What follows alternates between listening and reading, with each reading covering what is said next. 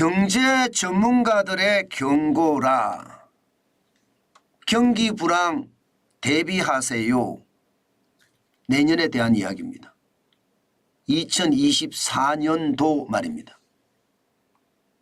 실질적으로 보면 말입니다.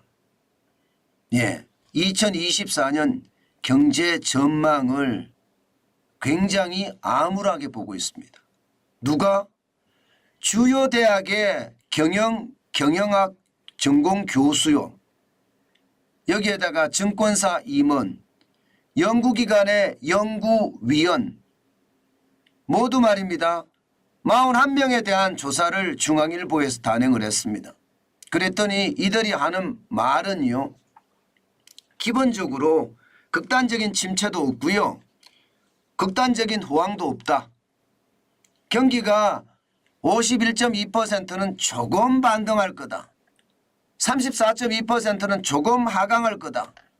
14.6%는 올해와 비슷할 거다. 전체적으로 말입니다. 내년 경제에 대해서 말입니다.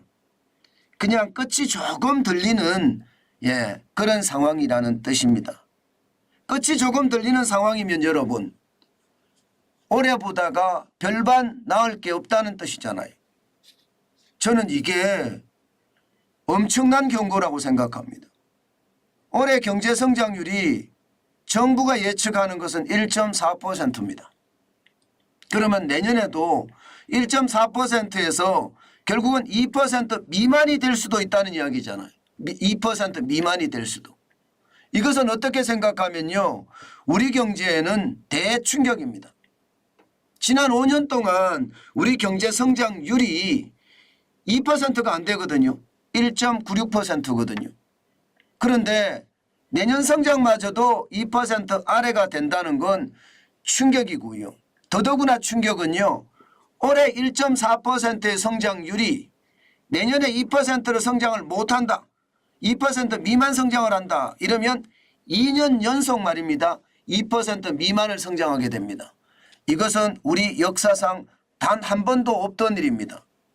2년 연속 2% 미만 성장, 올해 1.4% 성장, 내년에 2% 미만 성장 이러면 충격이 될 거라는 이야기죠. 저는 결국 말입니다. 여러분 내년 경제는 올해의 어떤 연장선상에서 봐야 된다. 이렇게 해석할 수 있을 것 같아요.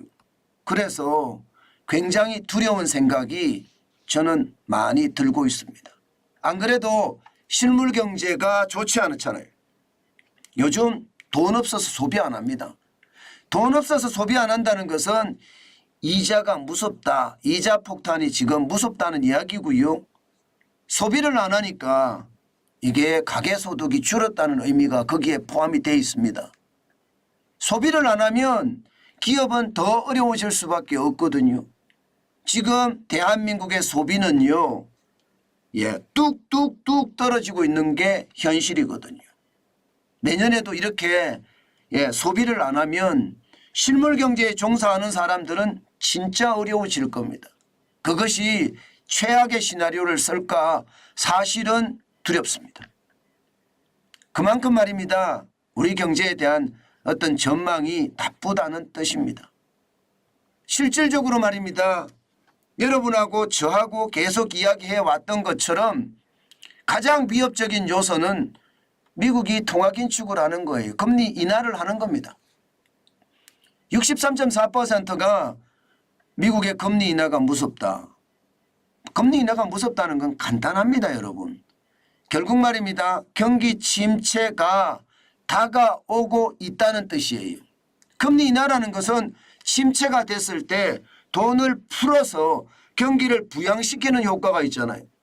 그렇기 때문에 미국의 금리 인하가 두렵다는 그런 상황으로 이야기하고 있는 거고요. 두 번째는요. 중국의 경기 침체가 56.1%예요. 예상보다 크죠. 예상보다 굉장히 큽니다. 우리 입장에서 봐서는 중국에 수출하는 물량이 줄었다 하더라도 여전히 세계 1등이거든요. 우리나라가 수출하는 물량이 중국에 굉장히 많습니다. 그런데 중국의 경제가 꼬꾸라지면 우리 경제도 수출 면에서는 고꾸라진다고 볼 수 있는 거죠. 그나마 지금 대한민국에는 수출이 버팀목이 돼주고 있거든요. 소비가 제대로 안 살아나니까. 중국 경제가 침체하면 우리 경제도 덩달아서 침체할 가능성 굉장히 높고요. 세 번째는요. 공급망의 재편입니다. 당장 여러분도 지금 겪고 계시죠? 요소수도 지금 제대로 중국이 공급 안 한다고 하잖아요.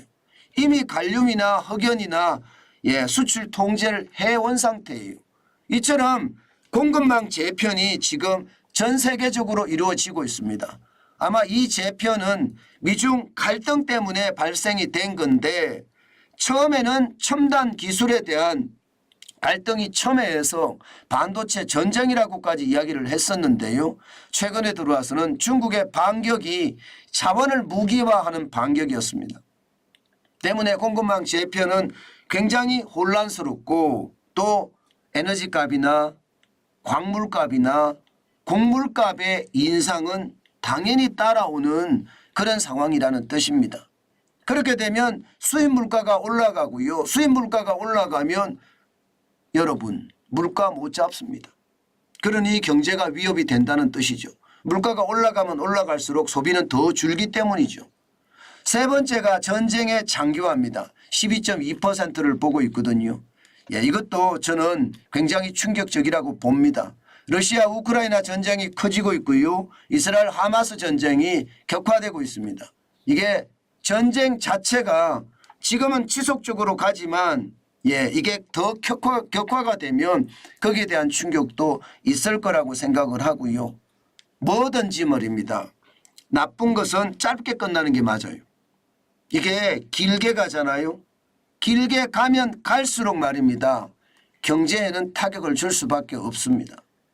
늘 말씀을 드리다시피 긴 병에 장사 없다. 이 말 제가 말씀을 드렸잖아요. 그게 길어지면 길어질수록 경제적 고통은 더 커진다는 의미잖아요. 아마도 그렇게 될 가능성 굉장히 높다 이렇게 봅니다. 저는 경제학자들이 이렇게 이야기한다는 것은 그만큼 위협의 요소가 있다는 뜻이고요. 저는 하나를 빠져먹은 것 같아요. 제가 보기에는요. 적어도 말입니다. 전쟁의 장기화보다 공급망 재편보다 더 무서운 게 있거든요. 그 더 무서운 게 우리 국민의 갈라치기거든요. 저는 사회가 불안한 것 이것도 경제에는 굉장히 큰 위험 요소다 이렇게 생각합니다. 그것까지 합치면 대한민국의 상황이 얼마나 어려운지 아마들 짐작하실 겁니다. 지금 경제학자들이 이렇게 이야기한다는 것 이것은요 실질적으로도 이미 많은 해외 기관들이 경제가 내년에 어려울 거라고 전망한 바 있습니다. 보시는 것처럼 말입니다. 경제협력개발기구도 내년에 성장률을 2.7% 보고 있고요. OECD 말입니다. IMF도 내년에 성장률을 2.9%, 세계은행은 2.4%고요. 피치는 2.1%예요. 우리나라의 대외경제정책연구원은 2.8%고요.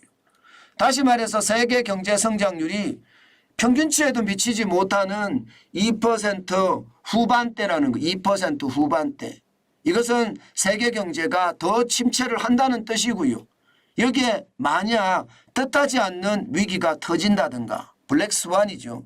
아니면 기존에 있는 위기가 더 커진다든가 회색 코뿔소가 날뛰는 겁니다. 이 두 가지가 동시에 또 실현이 된다 그러면요. 성장률의 한계는 더 떨어지지 않을까. 이미 그렇게 생각할 수 있는 지표입니다. 우리 경제학자들이 이야기한 것과 세계 경제 주요 기관들이 이야기하는 것은 일맥상통하다. 그렇게 보이죠. 마찬가지로 대한민국에 대한 성장률에 대해서도요. 국내 주요 기관들이 대한민국의 내년 성장률을 그렇게 넉넉하게 보고 있지는 않습니다. 기본적으로는요. 국회예산처나 한국경제인협회나 산업연구원은 2% 수준을 보고 있습니다. 한국은행도 2.1%밖에 보지 않아요. KDI가 2.2% 보고요. 정부는 2.4% 보고 있습니다. 전체 평균 국내 주요 기관의 내년 경제 성장률의 평균을 보면요. 2.11%예요. 2% 미만이 되는 거 아슬아슬하죠. 아마도 내년에 어떤 경제 전체적인 상황을 더 봐야 되겠지만 블랙스완이 터진다든가 회색꽃 불서가 한 번만 날뛰면요. 2% 밑으로 더 떨어지는 최악의 상황을 맞을 수도 있다. 이렇게 해석할 수 있습니다. 그만큼 말입니다. 여러분 경제 상황에는 반드시 대비해야 합니다. 투자은행들은 우리 경제 상황을 더 나쁘게 보고 있습니다. 지금 우리 경제 상황에 대해서 말입니다. 그나마 골드만삭스가 2.7%를 보고 있는데 아마도 투자 전망, 성장률 전망에 대한 수정을 할 것 같고요. 바클레이스도 2.5%를 보고 있지만 아마도 성장률을 다시 재전망하지 않을까 싶습니다. 전체적으로는 보면요. 노무라가 가장 박한데 1.5%고요. UBS가 1.7%, JP모건이 1.7%입니다. 시티은행은 조금 높여서 1.9%까지 갔고요. 홍콩 상하이은행은 1.6%입니다. 대한민국의 내년 성장률 전망치 평균이 2%거든요. 아마 투자은행들은 조만간 2% 아래로 떨어지지 않을까 그렇게 예상이 됩니다. 그렇게 된다면 지금까지 제가 여러분들하고 계속 이야기해왔던 저는 벌써 7월에 전망을 했잖아요. 내년 경제 올해보다가 나아봤자 조금 나을 거다. 끝이 조금 들리는 수준일 거다. 그렇게 제가 예상을 하면서 저성장이 오래동안 간다. 내년 전체적으로 저성장의 어떤 늪이 더 넓어질 거고 2025년 상반기까지도 현재까지는 저성장이 될 거다 하는 예상을 할 수 있다. 이렇게 말씀을 드렸는데 그게 지금 현실화됐다고 보시면 정확할 것 같습니다. 그만큼 대한민국의 경기 불황에 대한 상황은 좀 안타깝고요. 좀 무섭다는 생각 저는 솔직히 해봅니다. 이럴 때 말입니다. 윤석열 정부는요. 저는 개혁적인 경제 조치를 단행해야 된다고 생각합니다. 최저임금을 어떻게 하든 주휴수당을 없애고요. 여기에 주 52시간제 획기적인 개편 반드시 필요하다고 보거든요. 경제학자들도 말입니다. 그 문제에 대해서는 비슷하게 생각하는 듯 보입니다. 실질적으로 말입니다. 대한민국 경제에 가장 시급한 문제 이러면 수출재정비와 신산업진흥이거든요. 31.7%고요. 저출산 고령화 대책이 26.5%, 가계부채 문제 해소가 19.5%, 기타가 22%인데 전체적으로 보면요. 여기에는 주 52시간제나 혹은 최저임금에 대한 이야기가 나와 있지는 않습니다. 그러나 여러분도 알고 저도 압니다. 현장에서는 이미 최저임금 때문에 아우성이 터지고 있고요. 주 52시간제 때문에 중소기업들이 더 이상 사업을 확장하지를 않습니다. 그만큼 위험해진다는 뜻이니까요. 지금 전체적으로 보면 말입니다. 한국의 경제학자들이 요소에 대한 핵심적인 문제는 짚었지만 사회적 불안이 경제에 미치는 영향에 대해서는 그렇게 크게 짚지는 않은 것 같고요. 또한 기업의 비용이 증가하는 부분에 대해서도 크게 짚지는 않은 것 같습니다. 저는 기업의 비용이 지금처럼 이렇게 계속 증가를 하면요. 저는 침체의 늪은 오래 갈 수밖에 없다고 생각을 하고요. 그 침체의 늪 끝에는요. 도저히 우리가 상상할 수 없는 그런 상황이 저는 닥칠 수 있다고 봅니다. 그만큼 도저히 상상할 수 없는 거라는 건요. 저성장의 깊이가 오래 간다는 뜻인데 저는 그게 어쩌면 말입니다. 우리 경제의 가장 큰 아킬레스건이 되지 않을까 저는 그렇게 생각합니다. 제발 경제개혁이 좀 빨리 일어나야 됩니다. 지금 공영 야당 때문에 어쩔 수 없다는 말이 계속 나오기는 하지만 이게 어쩔 수 없다는 말로 시작할 것이 아니라 할 수 있는 것만이라도 한다 하는 그런 것을 보여주는 게 지금 그 어느 것보다 필요하지 않을까 저는 그런 생각을 참 많이 합니다.